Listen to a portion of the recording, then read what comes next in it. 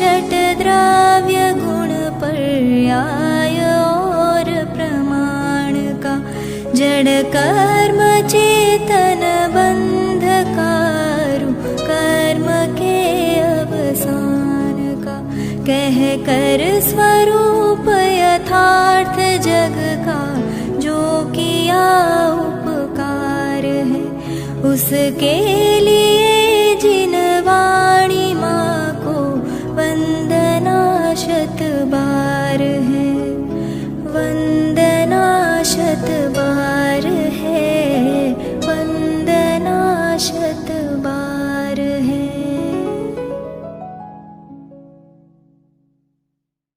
विचार रखें। धर्मागमस्य जीवं निषिद्ध जात्यंधुर सिंधुर विधानम, सकल नैविलिसितानां विरोधमथनं नमाम्यनेकान्तम्।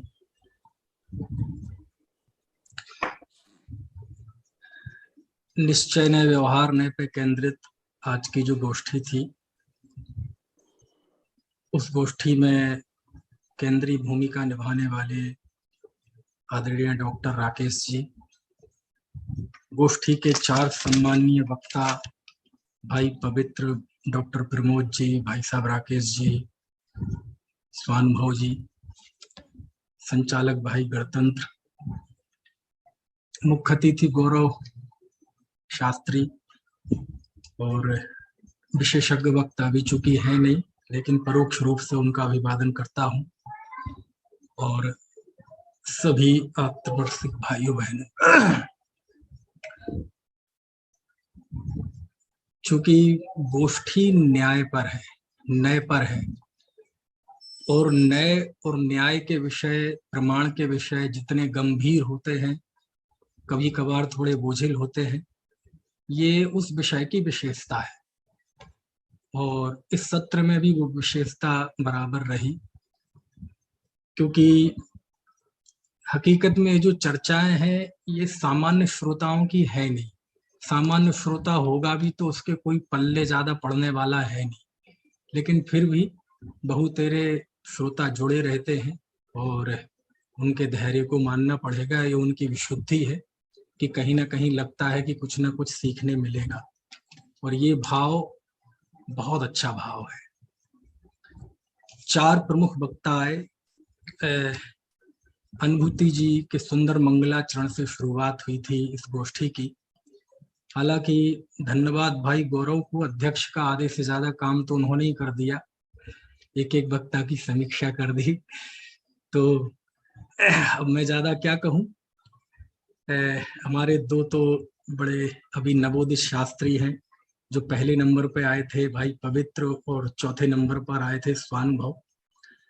2 वक्ता जो आए, डॉक्टर प्रमोद जी, डॉक्टर श्री राकेश जी, अब ये तो काफी वरिष्ठ हैं, अब इनकी तो प्रशंसा करना भी थोड़ी अशिष्टता सी लगेगी।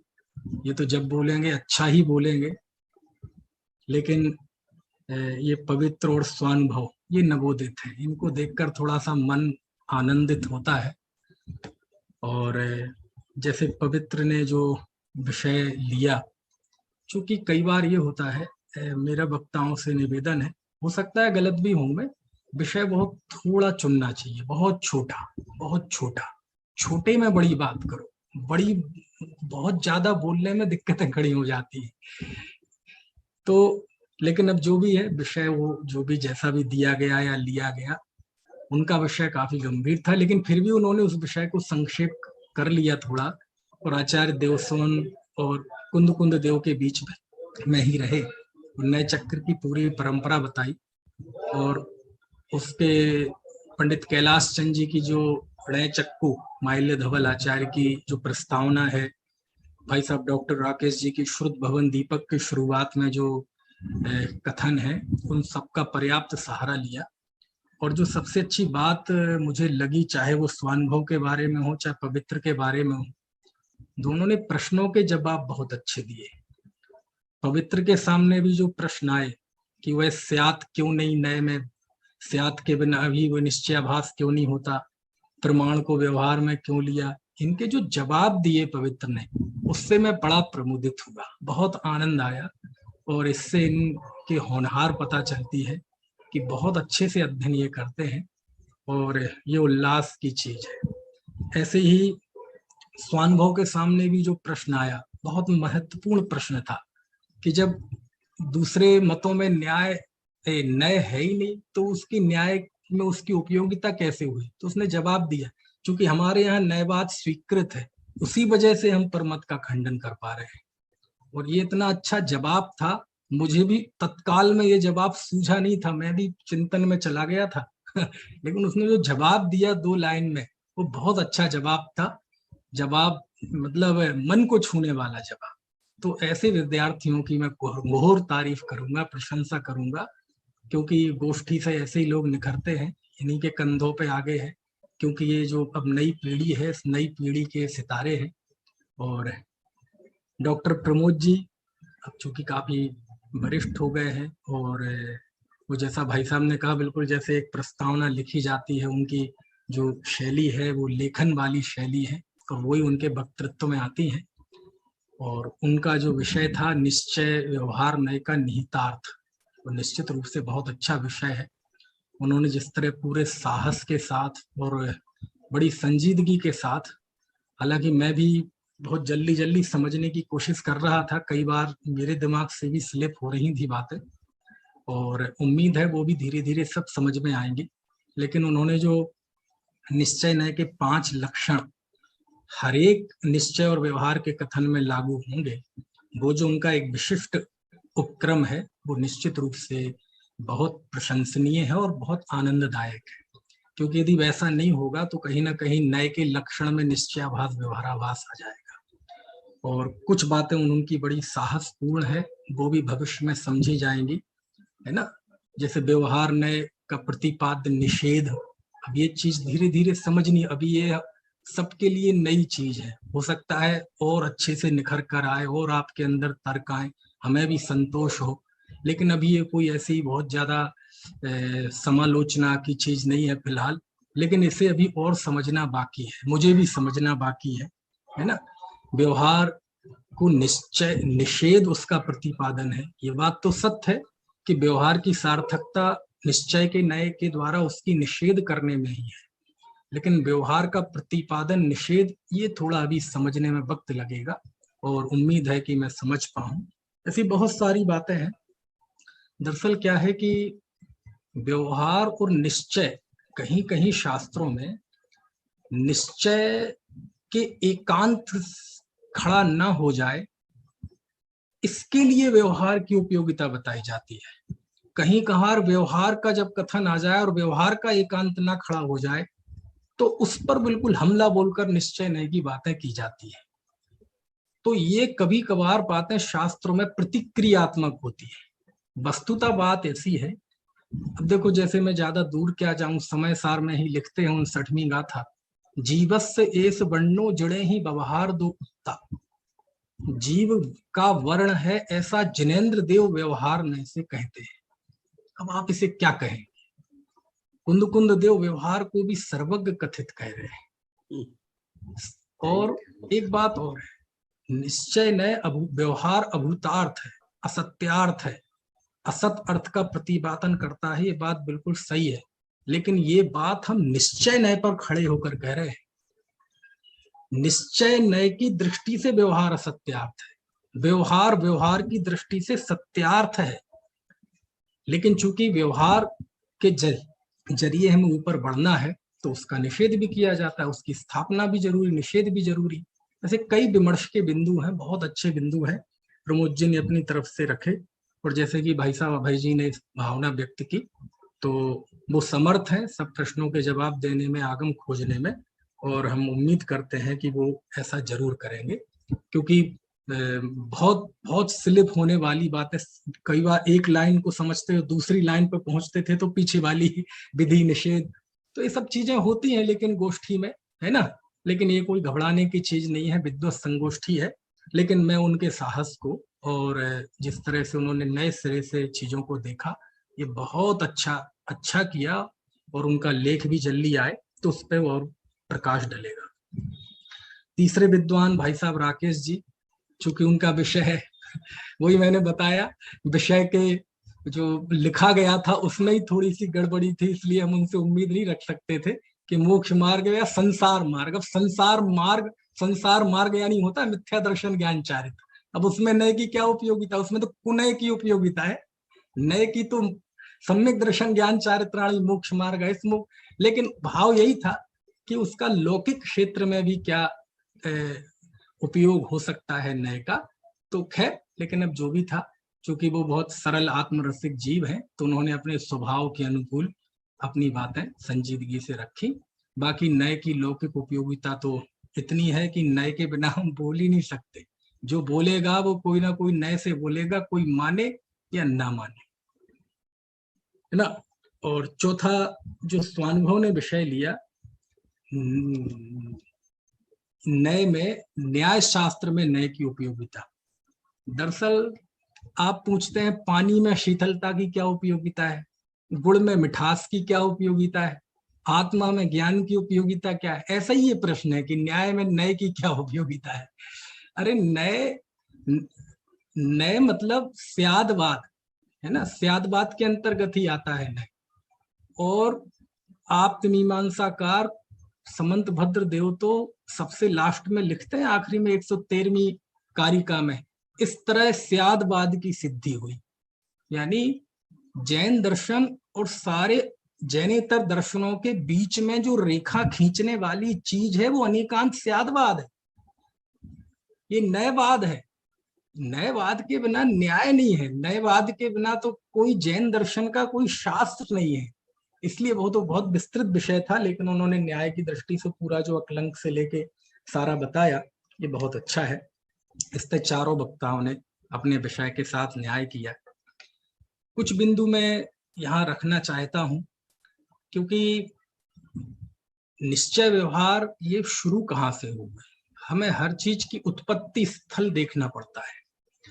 जब आचार्य कुंद देव ने, क्योंकि आप जानते हैं अभी उल्लेख भी आया कि नयवाद जितना भी आया, निश्चय नय व्यवहार नय का जो भी विवेचन हुआ, नय चक्र जो लिखे गए, उनके केंद्र में कुंद देव है और मुख्य रूप से उनका समय सार है। शुद्ध भवन दीपककार ने तो स्पष्ट ही लिखा। तो हमें वहां मूल सूत्र देखने पड़ेंगे कि ये निश्चय व्यवहार की शैली का विकास हुआ किस स्थिति में, कैसे हुआ है, कैसे डेवलप किया। जब कुंद देव ने समय सार की तीसरी गाथा और चौथी गाथा में लगातार 2 बार बंध कहा शब्द का प्रयोग किया, एयत्तृच्छय गदो समो सब्बथ सुंदरो लोए, बंध कहा एयत्ते तेण विषम वादणी होती। एकत्व निश्चयगत समय ही सुंदर है और उसके साथ बंध की कथा विसंवाद पैदा करती है। उसके बाद चौथी गाथा में फिर वो बंध कहा शब्द का प्रयोग करते हैं, सुद परिचिदाणु भूदा सब्बस्व काम भोग बंध कहा, कि सभी जीवों को काम भोग बंध की कथा सुनी है, परिचय किया, अनुभव किया। कुंद देव जैसे जब समय सार अभी शुरू ही हो रहा है, अभी वो उसकी भूमिका बना रहे हैं, और जब 2 बार बंध कहा शब्द का प्रयोग करते हैं तो बात गंभीर हो जाती है। और उस बंध कथा का अर्थ क्या है, इसको देखने के लिए जब मैं जयसेन आचार्य के चरणों में गया तो वो लिखते हैं कि बंध कथा का अर्थ है प्रकृति बंध, प्रदेश बंध, स्थिति बंध, अनुभाग बंध, नर नारक आदि पर्याय और गुणस्थान आदि। यानी पूरी जो सैद्धांतिक चर्चा है उसको वो बंध कथा कह रहे हैं। और हकीकत में बंध कथा उसे नहीं कह रहे हैं, बहरात्म जीव सैद्धांतिक कथनों को पढ़कर जब अपनी पर्याय मूर्ता को पुष्ट करता है तो वो व्यवहार के कथन व्यवहार कहा बन जाते हैं, व्यवहार कथा बन जाते हैं। तो लेकिन जब कुंद देव कहते हैं कि अब मैं तुम्हें एकत्व विभक्त अपने निज वैभव से दिखाऊंगा, तम एयत बेहत्तम दाए हम अपड़ो सभी वेड़, कि मैं एकत्व विभक्त को आत्मा के वैभव से दिखाऊंगा। कुंद देव को यही महसूस हुआ निश्चय व्यवहार, कि जब मैं ये कहूंगा कि गुणस्थान पुद्गल की पर्याय है, प्रमत्त अप्रमत्त ये आत्मा के भाव नहीं है, आत्मा अलिंग ग्रहण है, तो सामने वाला हजारों लोग ये प्रश्न खड़े करेंगे कि मैं अभी षटखंडागम में पढ़कर आया हूं, ये प्रमत्त अप्रमत्त जीव के भाव है, गुणस्थान तो कहते ही जीव की अवस्थाओं को है, मार्गणा स्थान तो कहते ही जीव की खोज को है, और आचार्य देव आप इन्हें पुद्गल की अवस्था कह रहे हैं, है ना, जेड़ंदुए दे सब्बे भाबा पुग्गल दब्बस परिणामा। तो इस स्थिति में आचार्य कुंद देव क्या करें? तो आचार्य को पूर्व आचार्यों का सम्मान भी रखना था और पारमार्थिक तत्व भी स्थापित करना था। यहां से निश्चय व्यवहार की शैली का विकास कुंद देव के द्वारा होगा इस युग में। कि जब वो कहते, कोई कहे कि जब हमने कहा प्रमत्त अप्रमत्त नहीं है, तो वो जो सिद्धांत ग्रंथों को उदाहरण लेके कोई समय सार के सामने खड़ा हो जाए प्रश्नवाचक चिन्ह लेके, कि वो फिर गलत लिखा क्या सिद्धांत शास्त्रों में कि वो गुणस्थान मारगणा और वर्ग और बरगणा, आप कह रहे कर्म नो कर्म का करता नहीं है, और वहां तो यही बताया गया है कि इस गुणस्थान में जीव इतने कर्मों को बांधता है और इसमें कर्मों का नाश करता है। वो सब झूठा है क्या? यहाँ इस दुविधा से निकलने के लिए आचार्य ने व्यवहार और निश्चय की शैली का विकास किया कि देखो, पूर्वाचार्यों ने जो कर्म आदि का कथन किया है वो व्यवहार है, और मैं जो कह रहा हूं वो परमार्थ है। ऐसा कह के आचार्य ने दो काम कर दिए, पूर्वाचार्यों का सम्मान भी बना रखा, और दूसरा जब उन्होंने कहा कि ये व्यवहार है, और ये व्यवहार भी अभी 59वीं गाथा का उदाहरण दिया मैंने, जीवस शेष बन्नो जुड़े ही व्यवहार दोता, कि ये व्यवहार भी जिनेन्द्र कथित है।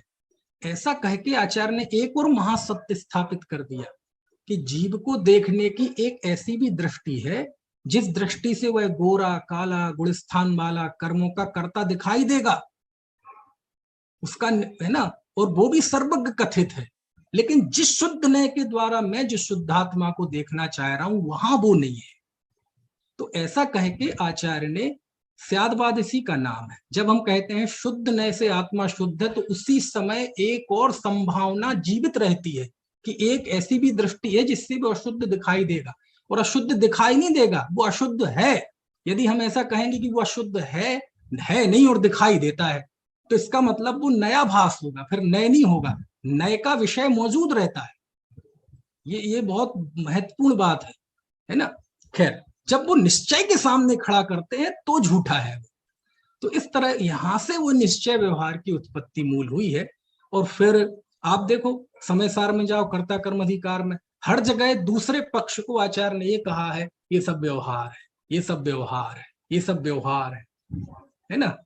तो व्यवहार कह के ही उन्होंने ये कह दिया कि ये भी सम्यक ज्ञान है, ये भी एक दृष्टि है, और ये भी दृष्टि ज्ञानियों की है, ज्ञानी की नहीं। लेकिन मैं जिस दृष्टि से बताना चाहता हूं वहां ये नहीं है, बस यहां उसका फिर निश्चित हो जाता है। तो इस पवित्र भूमि पर इस निश्चय व्यवहार की शैली का विकास इस युग में हुआ। वो बात अलग है कि बाद में ये शैली इतनी प्रसिद्ध हुई कि करणान युग के शास्त्रों में चली गई। धबला में निश्चय व्यवहार है, अध्यात्म पूर्णपणाओं के अलावा और कहीं भी चले जाओ फिर वहां भी निश्चय व्यवहार है। यहाँ तो आत्मा की बात थी, फिर काल द्रव्य में भी निश्चय व्यवहार है। फिर वो शैली का फिर वो फैलाव हो गया तो वो बहुत प्रचलित हो गई, लेकिन मूलतः निश्चय व्यवहार का उत्पत्ति स्थल ये है। एक बहुत बात विचारणीय है, ये बात मेरा प्रमोद जी के वक्तव्य को सुनकर आया। जैसे व्यवहार को हम कहते हैं प्रतिपादक, ये प्रतिपादक काय का है? ये निश्चय का प्रतिपादक है कि वस्तु का प्रतिपादक है?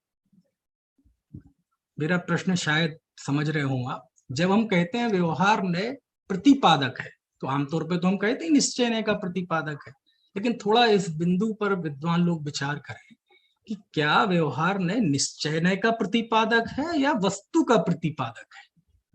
इस पे थोड़ा सा अभी मैं कोई निर्णय नहीं दे रहा हूं, और मैं राकेश जी से भी अनुरोध करूंगा कि अभी नहीं, कल परसों जब भी उनका सुबह का व्याख्यान होता है तो उनका मार्गदर्शन ऐसी बिंदु पर मिले तो आनंद आएगा कि व्यवहार निश्चय का प्रतिपादक है या वस्तु का प्रतिपादक है, आत्मा का प्रतिपादन करता है या शुद्ध नय का प्रतिपादन करता है व्यवहार में। यदि इसमें से कुछ सूत्र निकल सके तो प्रमोद जी की कई बातों का भी उसमें समाधान हो सकता है, मेरा ऐसा मानना है। एक और चीज मैं देखता हूं, क्या ये नय केवल बोलने में ही है? क्या कोई व्यक्ति बोले नहीं, किसी से वार्तालाप नहीं करे तो क्या नय नहीं होंगे? क्या साधनात्मक स्तर पे भी नय होते हैं क्या? नय आमतौर पे हम लेते हैं बुद्धि का कार्य, और है उसके लक्षणों में है श्रुत विकल्प नय, लेकिन नए की जो सबसे पुरानी परिभाषा यदि शास्त्र में मिलती है तो वो मिलती है तिलोय पन्नत्ति में। और तिलोय पन्नत्ति में 83वीं गाथा में आचार्य यति वृषभ स्वामी लिखते हैं, णाणम होदि पमाणम णोड़ादिस्य हृदय भावत्थो ऋखे भूव्यो वायो जुत्ति वे अथ पहिगणम। वहां मालूम क्या लिखा नए की परिभाषा? ज्ञाता के हृदय में स्थित भाव का नाम नए लिखा है। यति वृषभ आचार्य ने उस नए को भाव से जोड़ा है, जिसे गुरुदेव कहते थे कि मर्म तो ज्ञानी के हृदय में होता है। अब उसमें जो लिखा गया है, जब भी कोई वक्ता बोलता है या मतलब ज्ञाता बोलता है या सोचता है या वो कुछ आपको संबोधन करता है तो बुद्धि से नहीं करता। क्या बात करते? बुद्धि से नहीं करता। बुद्धि एक जरिया है, ज्ञान एक जरिया है। नए के पीछे छुपी हुई उस ज्ञाता के हृदय का एक स्पंदन होता है, हृदय की धड़कन जिसे कहते हैं। उस धड़कन को पहचानना उसका नाम है नए। जब भी कोई ज्ञानी बोलेगा तो उसके बोलने में कहीं ना कहीं उसके हृदय की एक धड़कन, हृदय का स्पंदन वो कार्य करता है। उसको पहचानना वो नए की सही पहचान है। इसी कारण लिखा टोडरमल जी ने कि वक्ता कैसा उपदेश होना चाहिए, निश्चय का कि व्यवहार का? बोले ऐसा कुछ नहीं है। वैद्य के पास बहुत सारी औषधियां हैं, महत्वपूर्ण यह है कि तुम्हें रोग कौन सा है। यदि निश्चय का अधिक हो तो व्यवहार का उपदेश होगा, व्यवहार का अधिक हो तो निश्चय का उपदेश होगा, क्रिया का अधिक हो तो तत्व ज्ञान का उपदेश होगा, तत्व ज्ञान से जड़ हो रहा है तो वैराग्य का उपदेश होगा। ये वक्ता के हृदय का एक स्पंदन होता है, वो पहचानना नए की पहचान है। और इसी को मैं ये कहता हूं कि सही नियत का नाम नए है। ऐसा भी हो सकता है भाई साहब राकेश जी लोनी वाले, ऐसा भी हो सकता है वक्ता बोल भी रहा हो, शास्त्र की गाथाएं बोल रहा हो, गाथाओं का ही अर्थ बोल रहा हो, लेकिन उसका वह वाणी कुनय हो, मिथ्या ज्ञान। आप कहेंगे ऐसा कैसे हो सकता है? ऐसा कैसे हो सकता है? मान लीजिए मैं अनछना पानी पी रहा हूं, समझने की कोशिश करना, मैं अनछना पानी पी रहा हूं और कोई कहे अरे भाई साहब छान के पानी पियो, आप जैन हैं।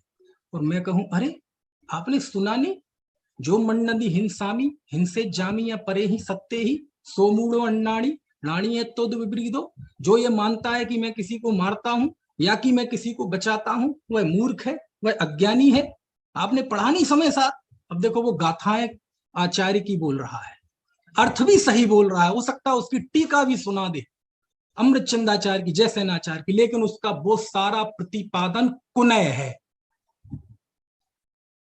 ऐसा भी हो सकता है वचन शास्त्रों के, व्याख्या शास्त्रों की, टीका ज्ञानियों की, लेकिन उसके वचन मिथ्या नहीं हो सकते। क्यों? उसकी नियत सही नहीं है।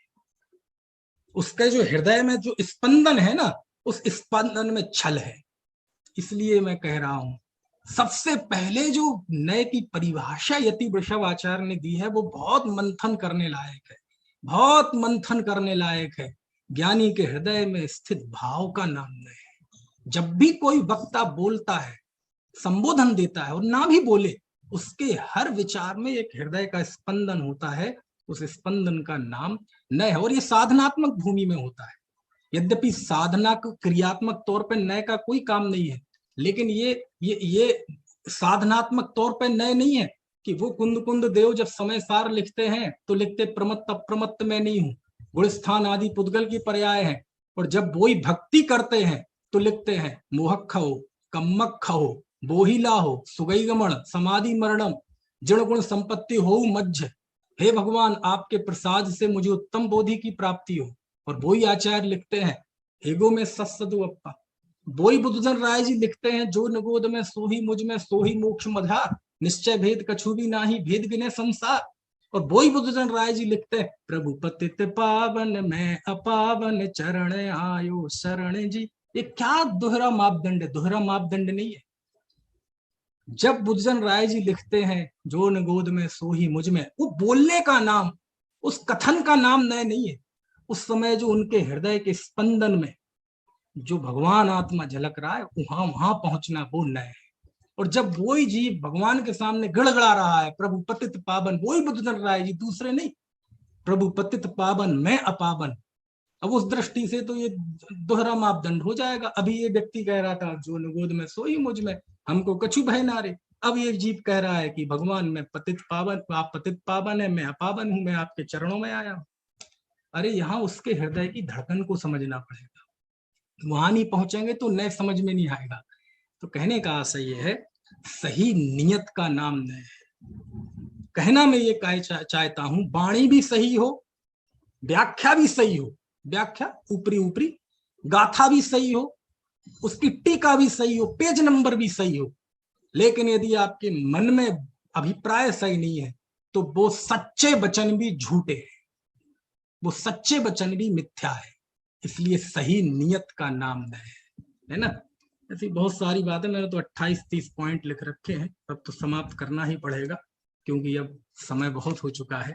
कहने का आशय ये है कि ये नए, ये साधन है, प्रमाण भी साधन है, आखिरकार होना तो नए पक्षाति क्रांति है ना। तच्चाड़े क्षणकाले समयम बुझे ही जुत्ती मग्गेड़, रो आराहण समय पक्ष हो पच्चक्खो अनुभव जम्मा। क्या गाथा है माइल्य धवल की। एक होता है आराधना काल, एक होता है अन्वेषण काल। बोले अन्वेषण काल में समय को जुत्ती मार्ग से जानो, प्रमाण नए से जानो, लेकिन आराधना के काल में ये नहीं है ना। आखिरकार पहुंचना तो नए पक्षों से पार ही है, वो ही हमारा लक्ष्य हो, वो ही हमारा पक्ष हो। लेकिन क्या करें, इस पार हो तो नए में बैठना जरूरी, जब पार उतर जाए तो नए को छोड़ना जरूरी।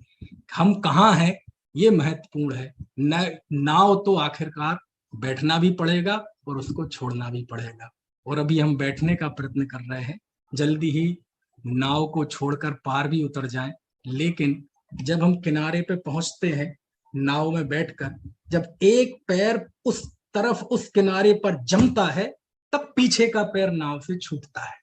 ऐसे जब स्वभाव में जमते हैं तो उसका अंतिम विकल्प जो होता है, जो छूटा हुआ अंतिम विकल्प, वो परम शुद्ध निश्चय नय का विकल्प होता है, और वो छूटते ही हमारा पैर शुद्धात्म वस्तु में स्थापित हो जाता है। वही वास्तव में नय का फल प्रकट होता है। हम उस स्थिति तक पहुंचे, वही हमारा ये नए ज्ञान फलेगा, यही मेरी भावना है। आप सभी ने अध्यक्ष के रूप में मुझे बर्दाश्त किया, इसके लिए आपको बहुत बहुत धन्यवाद, बहुत बहुत धन्यवाद।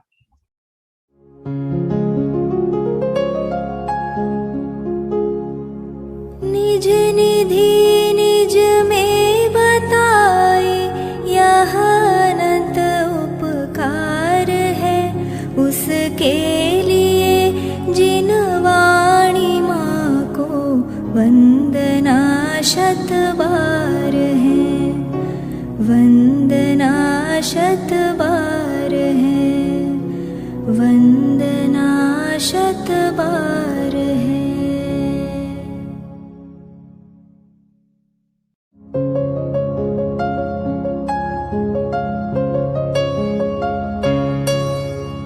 हे जिन वाणी भारती तो ही जपो दिन रैन, जो तेरी शरणा गहे सो पावे सुख चैन। जा वाणी के ज्ञान ते सूझे लोकालोक, सो वाणी मस्तक नवो सदा देत हो ढोक, सदा देत हो